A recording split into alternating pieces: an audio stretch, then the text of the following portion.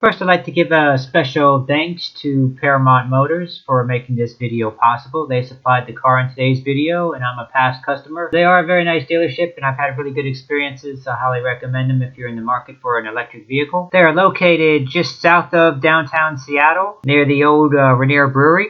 Hi, this is John with the Evolving World. Today, I'm doing a video on a 2014 Toyota Prius Plug-in Hybrid. This is a base model car. This is the third generation Prius, but the first generation of the plug-in variant. The color you see is Blizzard Pearl, which is a pearl white, and dark gray cloth interior. This video will be basically shot in 4 segments. The first segment will be myself walking around the vehicle, just showing you what it looks like from the outside, zooming into some details if there's anything that kind of stands out to me, tell you my impressions of the exterior. And then the second segment will be the interior. And that's basically just stepping into the interior, looking around, pushing buttons, honking the horn, turning on the wipers, kind of playing with the video display, so all the kind of things that you might encounter when you're inside the car. Third segment will be driving impressions. I'll take it on the road, take it on some twisty roads, take it on a highway, go through a tunnel, kind of show you what impressions are as I'm driving it.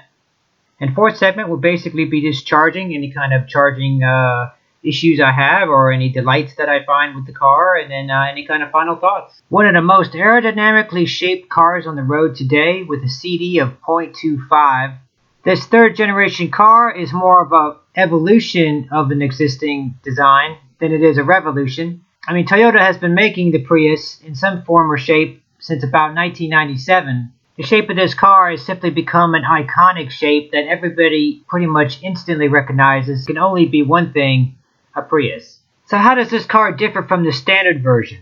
It's pretty much all in the battery pack. This particular car has a 4.4 kilowatt battery pack, which weighs about 180 pounds, and the standard car has a 1.3 kilowatt battery pack, which weighs about 87 pounds less than this one. However, it has 3.5 times the charge capacity. That's pretty much it. So the grand total of the car is about 3,165 pounds. It has an EV range of about 11 miles. Both cars use the same 1.8 liter Atkinson style engine, producing 98 horsepower on the gas side and 80 horsepower on the electric motor, for a combined horsepower rating of 134 horsepower. However, if you add those two up separately, you get 178. I mean, clearly there's some sort of limitation by Toyota to limit the power output. And that's unfortunate because the 0 to 60 time on this car is about 11 seconds, which is not exactly fast. Other interesting side notes: when you fully charge the car, it's actually only about 85%. And when you fully discharge the battery, it's actually down to about 23%. There's clearly safety margins that Toyota set here to keep the longevity of the car, make sure that it can go 300,000 miles without any problem. If nothing else, one thing is for certain: Toyota knows how to make very reliable vehicles. They have an excellent track record. One of the nicer features of this hatchback design is that the storage capacity in the trunk area is very generous. It has about 21.6 cubic feet with the seats up, and with the seats down, it almost doubles to 39.6, which allows you to put all kinds of stuff in the back of this vehicle. In fact, it has a very roomy back seat as well, so when you add it all up, this particular vehicle makes the perfect taxi cab, which is probably why you see so many of them used in that manner.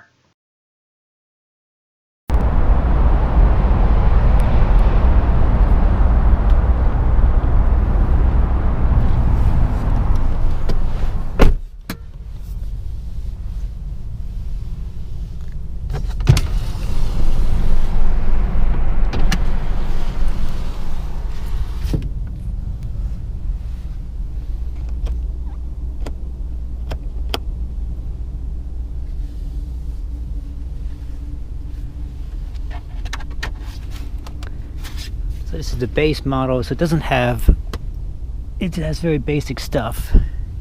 There's a few other options you can get with the advanced edition. Still not too bad.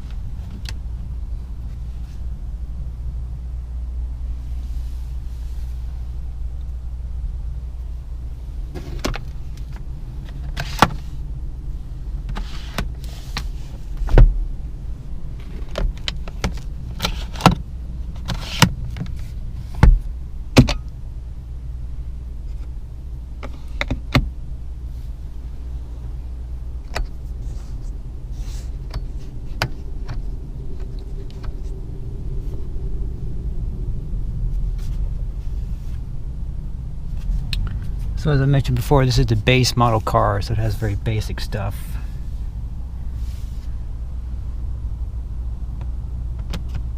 Huh. Wow, you can, on the touch of a fly, you can change from kilometers to miles per hour. If you live right on the Canadian border, maybe that would be helpful.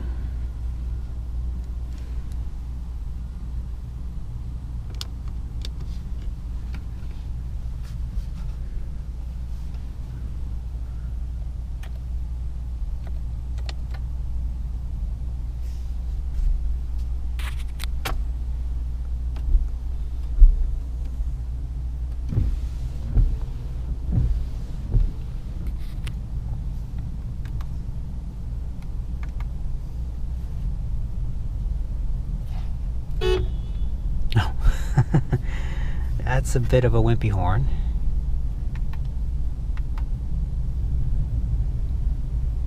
I'm not crazy about this display. It looks, to me, it just looks a little dated. I mean, I thought that the first generation LEAF was kind of antiquated a little bit, but this is definitely much more so. It looks like an old, like, tube display or something. I mean, it looks blurry to me. I don't know if that's just me or what, but it just looks kind of blurry, like an old 80s video game that's been on for like 10 years or something, you know, and like an old tube television that gets a little blurry over time. I don't know, maybe that's just me, but cruise control is separate. Yeah, not crazy about the display, though it is kind of in your, this is about your, what you see when you drive down the road. So it's kind of like the speedometer is kind of right there, just off behind the right corner of the steering wheel here, but it's a little different. You can go through all these different menus, push all these buttons here.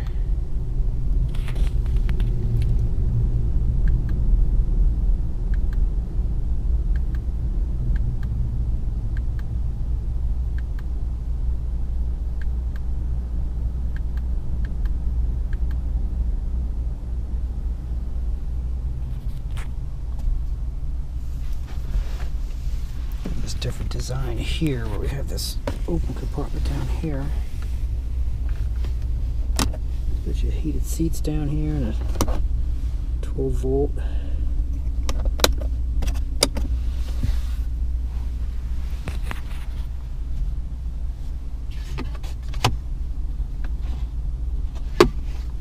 Cup holder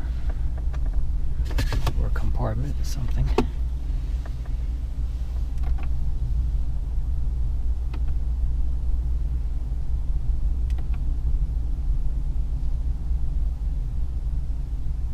Your radio and your nav. It's right here, backup camera.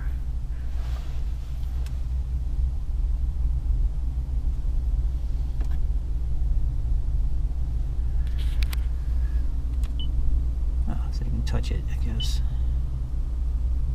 Ah, there we go.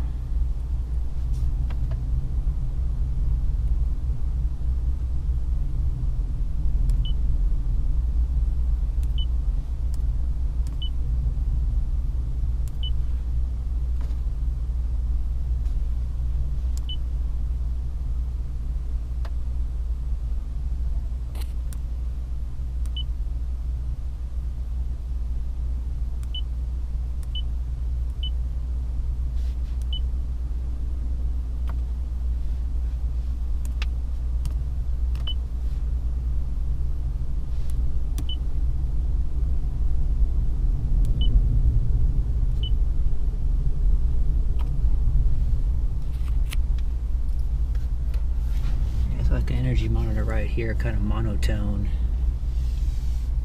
I mean, I don't know, this whole display area to this looks like 1980s or something to me. I don't know, there's something about it that's just kind of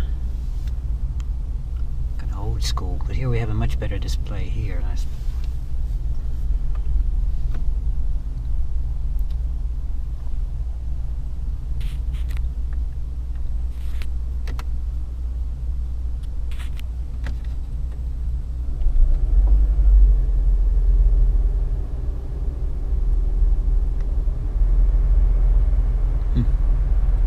That's interesting. I just heard of the engine engine just turned on.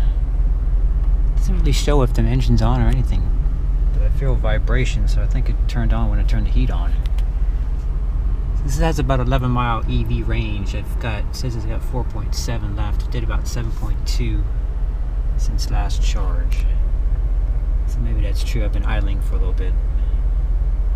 Interesting. So you turn the heat on, I guess the engine produces heat. I guess that kind of makes sense.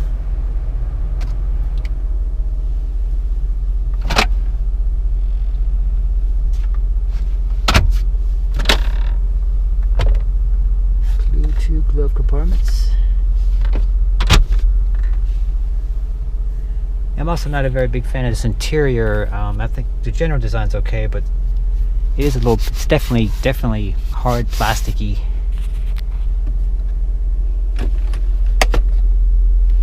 Got down here. Oh, got another little USB port, looks like.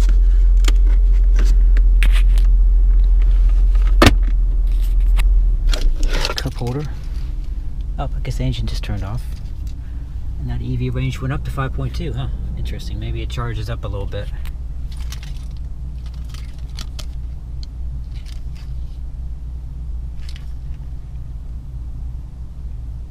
Looks like you can precondition the car here if you wanted to. AC.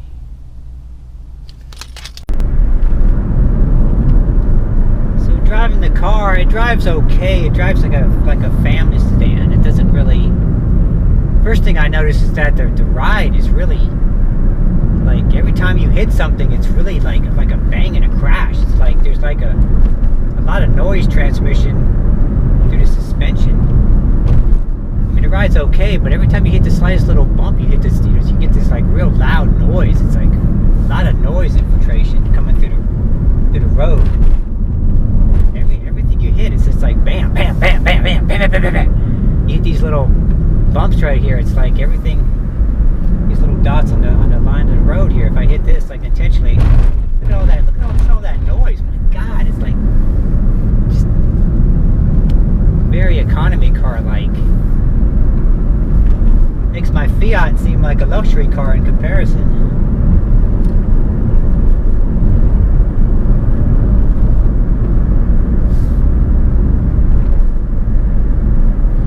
Steering feedback is not very good either. It's like it doesn't seem like it doesn't want to.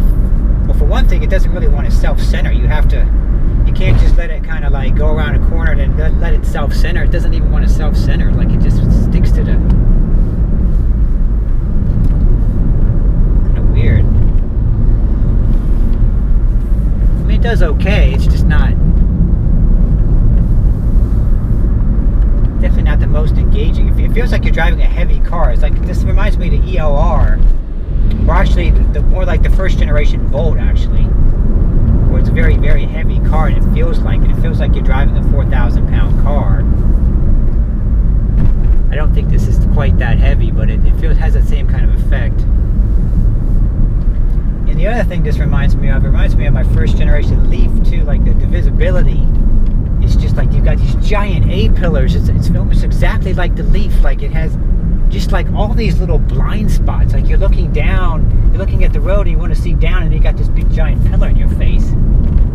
It's just like I'm going around these corners and I can't see my line. And it's like I have to kind of bob and weave to the left and to the right to see the road. And the back visibility is just like you can't see nothing out there. It's just like it has a rear windshield wiper that it looks like it washes like 8 inches of rear window is what it looks like from this angle. Now I know it's a fairly ranked windshield or windscreen, but to me, looking at it out the back, it looks like it's 8 inches or something. It looks like nothing, like you have hardly any window at all in the back. Like maybe a Lamborghini Countach would have better visibility out the back, except I don't know.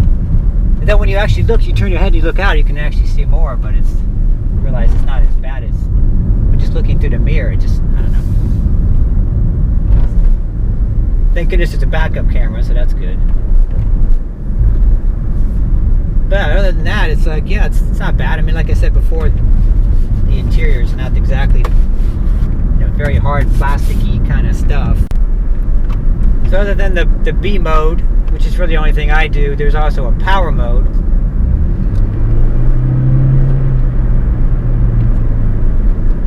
And then there's an eco mode, which I think softens up the pedal a little bit.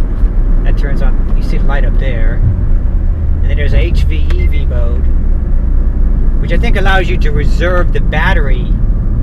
So if you want to, like, if you're coming from out of town into the city or something like that, since this car only has about 11-mile range, if you're coming from out of town, you're going to be on gas mode, and then maybe when you get into, you save your electric vehicle, your EV battery, your high voltage battery, you save it, and then for like when you get to the city, then you activate it, then you go into EV mode. Now of course I can't do it right now because I'm completely out of charge, but if I did have a charge, that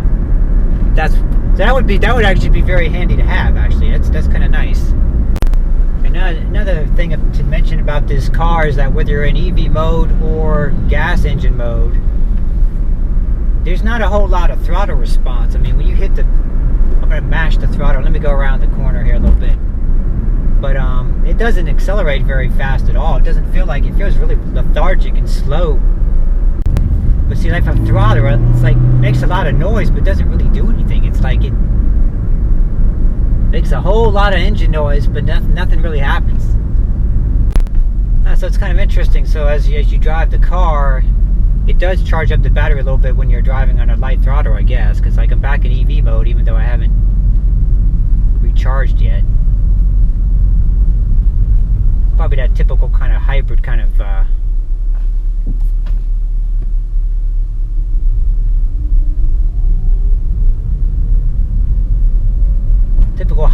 of experience, I guess.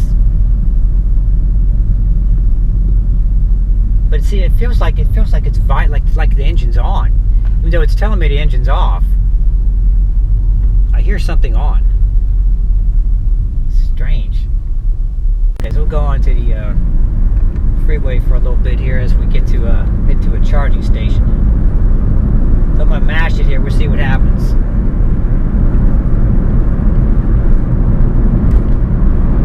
Okay, that's full throttle right there. So, man, that is not much power at all.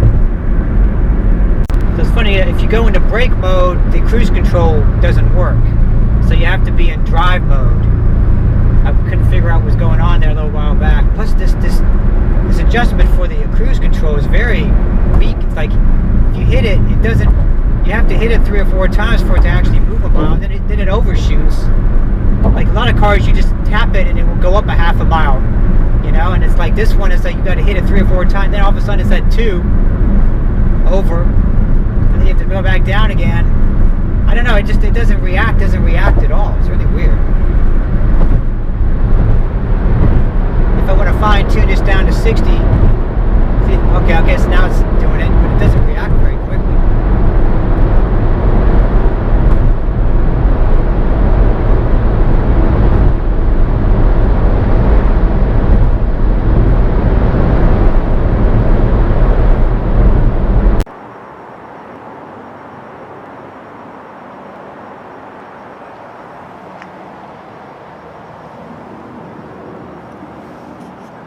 Got a little light right here.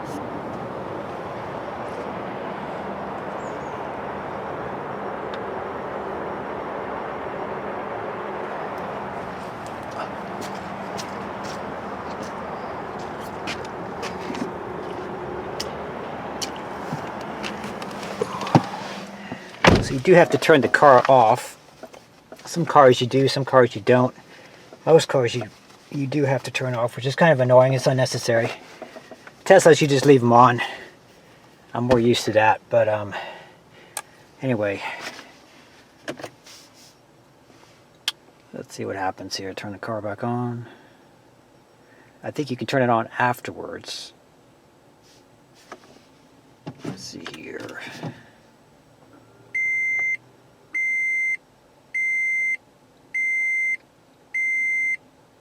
Looks like it was indicating about 2.2, I think, 2.28 kilowatts. Looks like it has something right here. What's that say?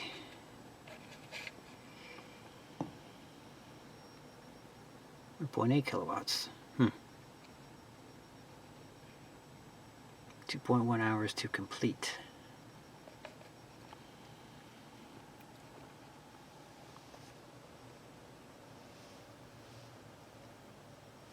So I wonder if it shows any kind of percent of charge.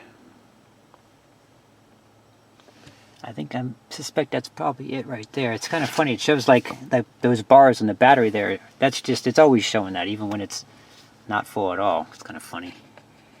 Seems like it would show some sort of, like all those bars on that battery indicator. Seems like there should be all blacked out if there's nothing in there, which right now there is nothing in there. But it looks like it shows like it's full or something. It's kind of funny.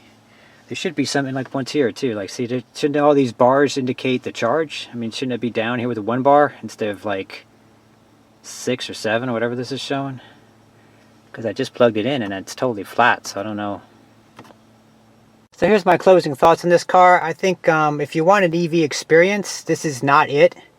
There are definitely better options, definitely newer options, more refined options out there. This feels like something from the 1990s to me. It just doesn't feel any different. So I can't really recommend this car to many people. I think I'm sure it will be bulletproof reliable. I have no doubt about that. But other than that, I just don't find this car to be very interesting. So that's going to do it for this review of a 2014 Toyota Prius Plug-in Hybrid. I hope you found it useful. Please like and subscribe if you did. Many more videos to come.